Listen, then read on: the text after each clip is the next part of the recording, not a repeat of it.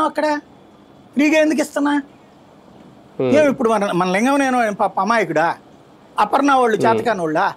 లేకపోతే ఆయన పేరేంది జైబేరి అసమర్థులా? ఏం వాళ్ళు గట్టగలరు కదా? వాళ్ళకి అప్పు చెప్పు, ప్రభుత్వం తరపు నీకు 30 ఎకరాలు ఇస్తున్నానా, నువ్వు గట్టించి అద్దెలకి ఇచ్చుకో, నువ్వు 50 రూపాయలు తీసుకో, నాకు 50 రూపాయలకి ఈ ప్రభుత్వానికి అని చెప్పు. మన దగ్గర ఉన్న మన ఆంధ్రప్రదేశ్లో రియల్ ఎస్టేట్ వాళ్ళందరికీ చక్కగా వాడు సంపాదించుకుంటే నీకు సంపాదన వస్తుంది. నాకు ఇక్కడ మీరు అన్నాక డౌట్ వచ్చింది, వీళ్ళందరూ కూడా ఒక రకంగా ఇప్పుడు జైబేరి వీళ్ళందరూ కూడా టీడీపీ వాళ్ళే. ఇది వాళ్ళు ఎందుకు అడగలేకపోతున్నారు సార్? మాకు ఇవ్వండి, మేమే ఇక్కడ వ్యాపారం చేస్తాను. వాళ్ళు ఆల్రెడీ సక్సెస్ఫుల్గా ఏపీ తెలంగాణలో రన్ అవుతున్న వాళ్ళు కదా, వాళ్ళు ఎందుకు అడగలేకపోతున్నారు అంటారు? వాళ్ళు కొన్ని బెనిఫిట్స్ పొందారు కదా ఇంతకుముందు, ఇప్పుడు ఇంకొకరికి పెడుతున్నారులే అనుకుంటారు. ఇది కూడా మాకు కానీ ఇప్పుడు కీలకం కదా రాష్ట్రం, ఇప్పుడు డెవలప్ అవుతున్న టైంలో ఇప్పుడు కీలకం కదా. కావాలంటే కొనుక్కో అని చెప్తారు వాళ్ళకి. వాళ్ళకి అంత సీన్ ఉంటుందా?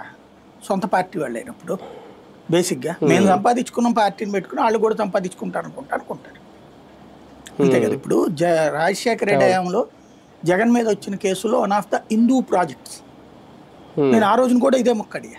హిందూ ప్రాజెక్ట్స్ అనేది ఒక కేసు. ఏంటంటే అంటే హిందూ ప్రాజెక్ట్స్ కూడా అపార్ట్మెంట్లు విల్లాలు కట్టాడు. లేకపోతే అప్పుడు విజయవాడ నుంచి పోటీ చేసినటువంటి ఎంపీగా పోటీ చేశాడు కదా 2014లో వైసీపీ తరఫున. ఆయన కేసు ఏంటి?